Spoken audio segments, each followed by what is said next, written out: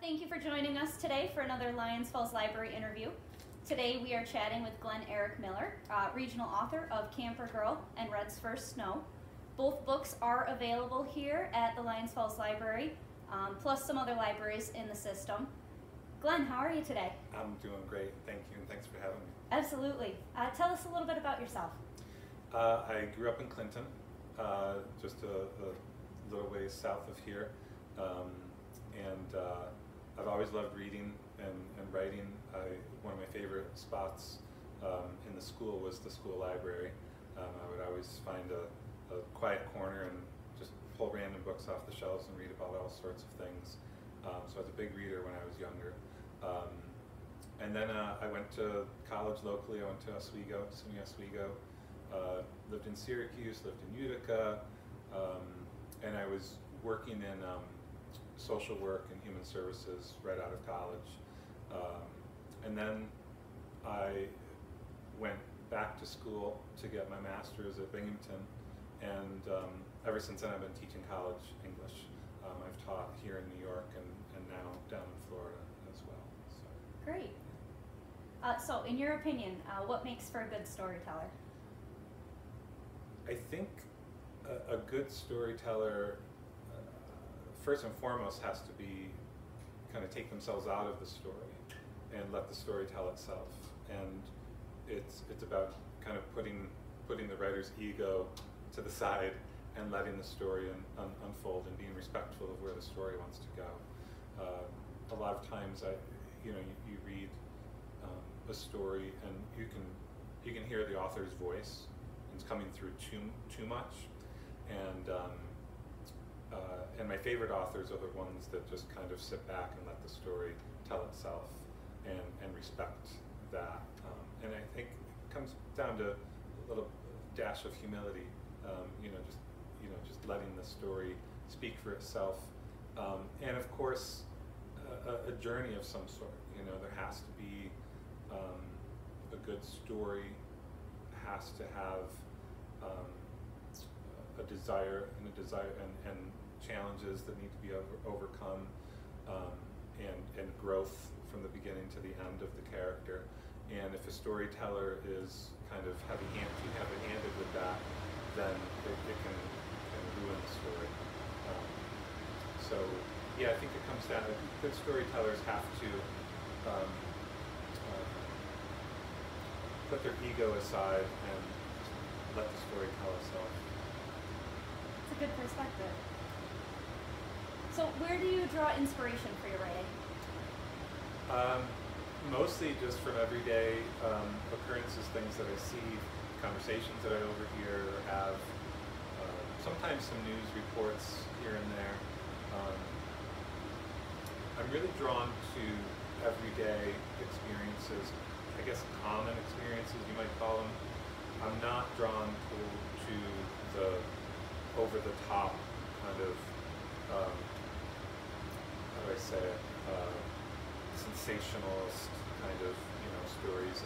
I'm not drawn toward books or tales of popular celebrities or doctors and lawyers. I really enjoy stories about other people that you might run into on a daily basis. So I think that there's so many stories to be told that get overlooked, and I'm fascinated by digging deeper and finding out more about those characters' backgrounds and where they might have lived and where they might be going, and all that. So, and then I have all these random ideas, and then they got all shuffled up in my head as I sleep, and then I wake up and things start to connect. And so I'll say, well, this character over here is similar to this character over here, and what would happen if they were combined and took part in the same adventure together, and start to see connections the more you play with it and open your mind to it. Neat. So tell us about your publishing journey. What has that been like? Oh boy, long. I had published some short stories and poems along the way in magazines and journals and online, e-zines over the years, and then I had worked on a couple of novels, but I never really felt like they were ready. So they were kind of my trials, you know. And then Camper Girl came along, and I really felt good about it. I spent a good 3 years on it. I got it critiqued at workshops and felt great about it. Sent it out into the world. I wrote tons of query letters, and I got some good responses, but no takers ultimately from publishers or agents. So I shelved it for a couple of years, and I worked on other things, more short stories and whatnot. And then showed it to some other people, and they said, you know, this is really promising. You should work on it some more. By that time, I wasn't sick of it anymore, so I felt kind of rejuvenated. So I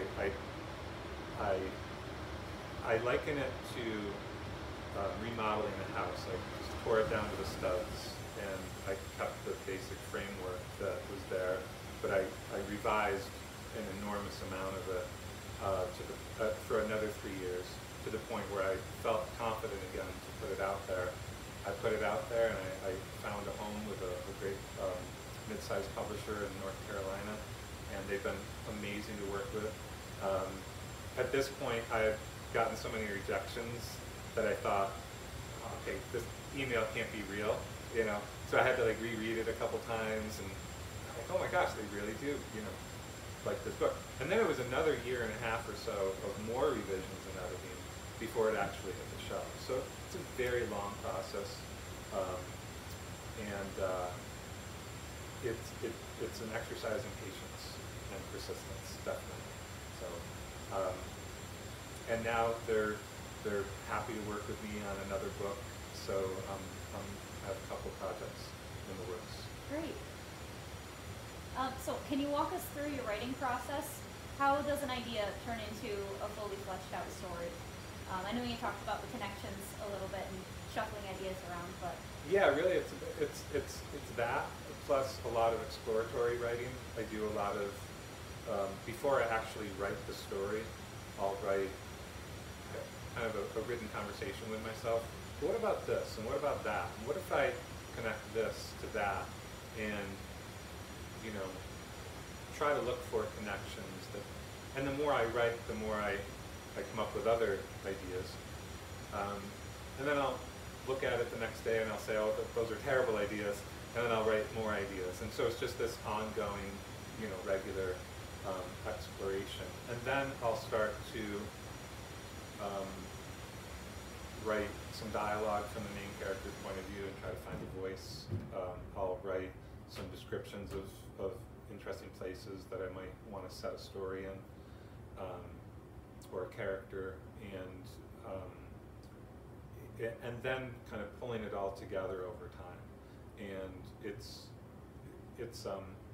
a long process. It's not something that, you know, you can do real quickly. Well, you can, but most of the time that's not what ends up on the printed page, you know. So there's a lot of exploratory and pre-writing that goes into you know, formulating an idea that's strong enough, that's really going to hold a reader's attention and the writer's attention as well over a long period of time. So, and that's what happened with Camper Girl. I couldn't ignore the story any longer. It kept drawing me back to it, and that just started with a couple of ideas connecting in my head years and years ago, and me putting them down on paper, and you know, thousands and thousands and thousands of words later, here it is. So. Great. How important is revision in crafting a final work for you? Huge. The first drafts are messy, and they're supposed to be messy, and they're filled with loose ends and dead ends, and you know,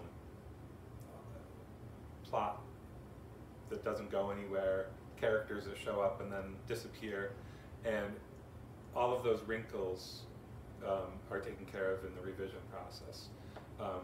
I joke with people that by by the time I was done with Camper Girl and sent the final edits to the publisher, that I knew the book, verbatim, because I worked on it so many times over, and just when I thought that it was perfect and ready to go, the publisher would say, well, what about this scene here? Do you think maybe we could change this a little bit, or this wording doesn't seem to, so it's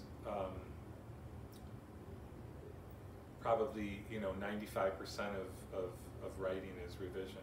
It's all about reworking what you have, and there's something very magical about drafting an idea and getting it on paper the first time,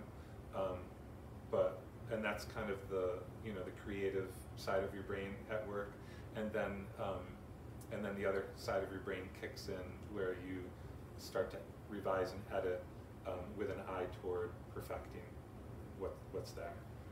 It's like a big chunk of clay, or and then you just keep chipping away at it or molding it over a long period of time, and that's revision. Neat. So your website contains a great many insights into the development and success of Camper Girl, but what is the story behind Red's first snow? Especially, what was it like working with an illustrator? Red was inspired by our dog, who looks like a little fox, and when he was a puppy, he experienced snow for the first time here in the North Country, and didn't know if he loved it or hated it at first, and I just always thought that was kind of an interesting play on the childlike experience of learning about the world around you, and so the dog morphed into this little fox pup named Red, and I always envisioned my dog just ran around in the fields covered with snow and made all these trails, and then kept following the trails around and finding his own scent and rolling around in the snow and eating it, and then didn't like it on his paws, and so it was just really fun to watch that, and so I molded that into a story. And again, it's picture books are relatively short, but it's a lot of revision. It's a lot of, because you might only have 200 words as opposed to 50 or 60,000 words. So every word has to be really precise and very careful. And it also the placement on the page and where you leave a page, so that young readers want to turn the page and see what happens next. That's all a big part of it as well. So working with the illustrator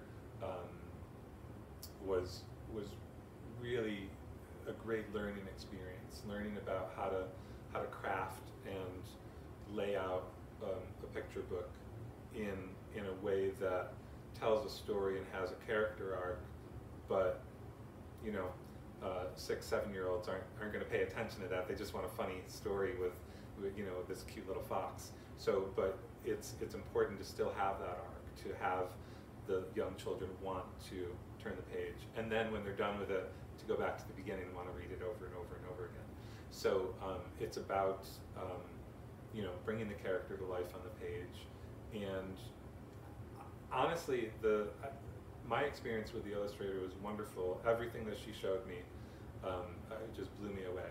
Like, oh my gosh, that's perfect. That's exactly what I pictured. And then she would come back to me and say, well, what if we do this? I have an idea for this spread or this image, but the wording doesn't necessarily go along with it. Can we change it a little bit? And so it was this really wonderful cooperative experience over several months. And so yeah, I'm really excited about that. This book getting into the hands of young children, especially up here in the North Country, and because it's all about how snow can be really fun, and just new things can be fun. Don't be afraid of new things and new experiences. And I'm working on a number of other picture books as well, so I'm excited to get those into the hands of young readers also. Great. Do you want to elaborate on what you have in the works at all? Yeah, absolutely. I've had my mother especially, but also other people have said, "Oh, what happens next with Shannon, the main character in Camper Girl?" So I am working on a sequel to Camper Girl, which takes her on a new journey, and then I have another book, another young adult novel that I'm working on. That's the first one that I'm working on. That's about a young boy who experiences the juvenile detention system, and again, just learns a lot about himself and about life in general and the system. And so those are two young adult books that I'm working on. And then one of the picture books that I'm working on is about a young boy who attends a concert in a city and falls in love with the idea of playing guitar, and so he builds his own guitar out of like a shoebox and a piece of wood and some random strings and stuff. And so it's all about imagination and play, and there's a lot of onomatopoeia in it, so it's a really fun, I think it's going to be a really fun book for young kids to read. Lots of fun sounds and rhyming that they can play around with. So I have a book, picture book in the works about recycling, and then another one that has to do with not liking to read and the joys of reading. So I'm really passionate about education and reading and literacy and nature, and all of these themes come into play with all the things that I want to write. So it's exciting to see that come to fruition. We are looking forward to keeping track of your journey, for Great. sure. Wonderful. So who are some of your favorite authors? I grew up reading a lot of Matt Christopher, who was he wrote a lot of middle grade books about sports, and I loved sports, and so everything from baseball to football stories, and so I just like consumed them left and right as a young guy, and then as I got older, I fell in love with books, everything from Hemingway to Steinbeck to Louise Erdrich. I'm also a big fan of science fiction, so Isaac Asimov and Arthur C. Clarke and Ray Bradbury. There's some new writers that I really like. There's a gentleman, Jason Reynolds, who writes young adult books, and I think he's fantastic. Just really, really inventive, creative, and he's the type of writer, like I was talking about before, who he pays attention to the story. He respects the story, and so when you look at or read his books, you are fully immersed in the story and the characters on the page, and you don't even think about Jason, as a writer. You don't hear his voice, although of course his voice is there, writer, but he puts himself to the side, and so there's so many more. I could go on and on, but I'm drawn toward a lot of different genres, but I'm also drawn toward writers like Hemingway, who write very short, distinct sentences, and again, let the story just kind of tell itself. But I also love, I just reread Dune because I wanted to read it again before the new movie version came out. And, 600 pages, it's pretty long-winded, but it's beautiful in its own way. It's just gorgeous writing. So I like all sorts of different things. And as far as inspiring my own writing, I don't know. I'm not really sure. I don't really try to copy anybody, and it's not in my head as I'm doing it, so I'll let somebody else make a connection if they see any. Great. We always try to ask, what the folks we're talking to are reading. Just book suggestions are what we thrive on here. Yeah, so. I love the classics, and there's so much amazing young adult, middle grade writing going on these days, and just in the last 10 or 15 years. It's just so inventive and so powerful and timely, and so K.L. Going, Jason Reynolds. I'm not personally a huge fan of John Green, but I understand the appeal of John Green to a lot of young readers. So, you know, there's just really wonderful voices out there to be heard. Cool. Well, thank you for sharing with us. Yeah. Last question. I know for a fact that we have some aspiring young writers in our Lions Falls patron community. What would you consider the 2 most important traits or practices for newer writers to cultivate? I think the first one would be going back to humility, be humble, and respect the craft. And there are thousands and thousands of writers that have come before us, and it's important to have confidence, but it's also important to learn and be open-minded to learning. And as a young person, I was never, I thought I was, much better than I was. So there's something to be said for confidence, but I think it's also important to study the craft as much as possible. And then as you get older, you realize the more you learn, the more you realize you don't know anything, or how little you know, and that just comes with maturity and experience. I feel like I'm just beginning, myself, and I've been writing for decades now. I think that along with humility and understanding the craft and studying what's come before you, persistence is key. The key to any kind of success, I think, is just staying with it, staying with the game, so to speak. And so there's a lot of great writers that have never been published because they get bored or they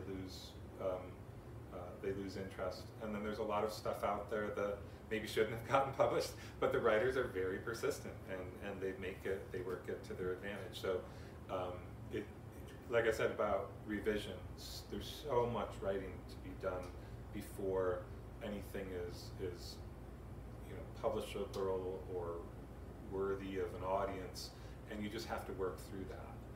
It's like any kind of creative pursuit, whether it's painting or cooking or building things. There's a lot of duds that you have to kind of get out of your system, so to speak. If you're starting to learn how to cook, you're not going to make gourmet meals right away. You're going to make a lot of meals that end up in the trash. And that's the same with writing. You're going to write a lot of junk, and that's okay. It's part of the process. So be persistent, be patient with yourself, and be humble as well, and you'll do great things. There's a lot of books in the world. There's a lot of stories told, but there's always room for more. And there's always room for another book on the shelf, so to speak. All right. Well, thank you so much for sitting down with us today. Any final thoughts? No, thank you so much, and I think it's wonderful what local community libraries do. So thank you for staying open and being a welcoming place for young readers especially. Absolutely. Thank you for having me. What we're here for. Thank you. It was great speaking with Glenn. If you're interested in either of these books, they're available for checkout here at the Lions Falls Library. And you can keep up with Glenn on his website at www.glennerickmiller.com. You can also follow him on Facebook at Glenn Erick Miller or on Instagram at GMillerWriter.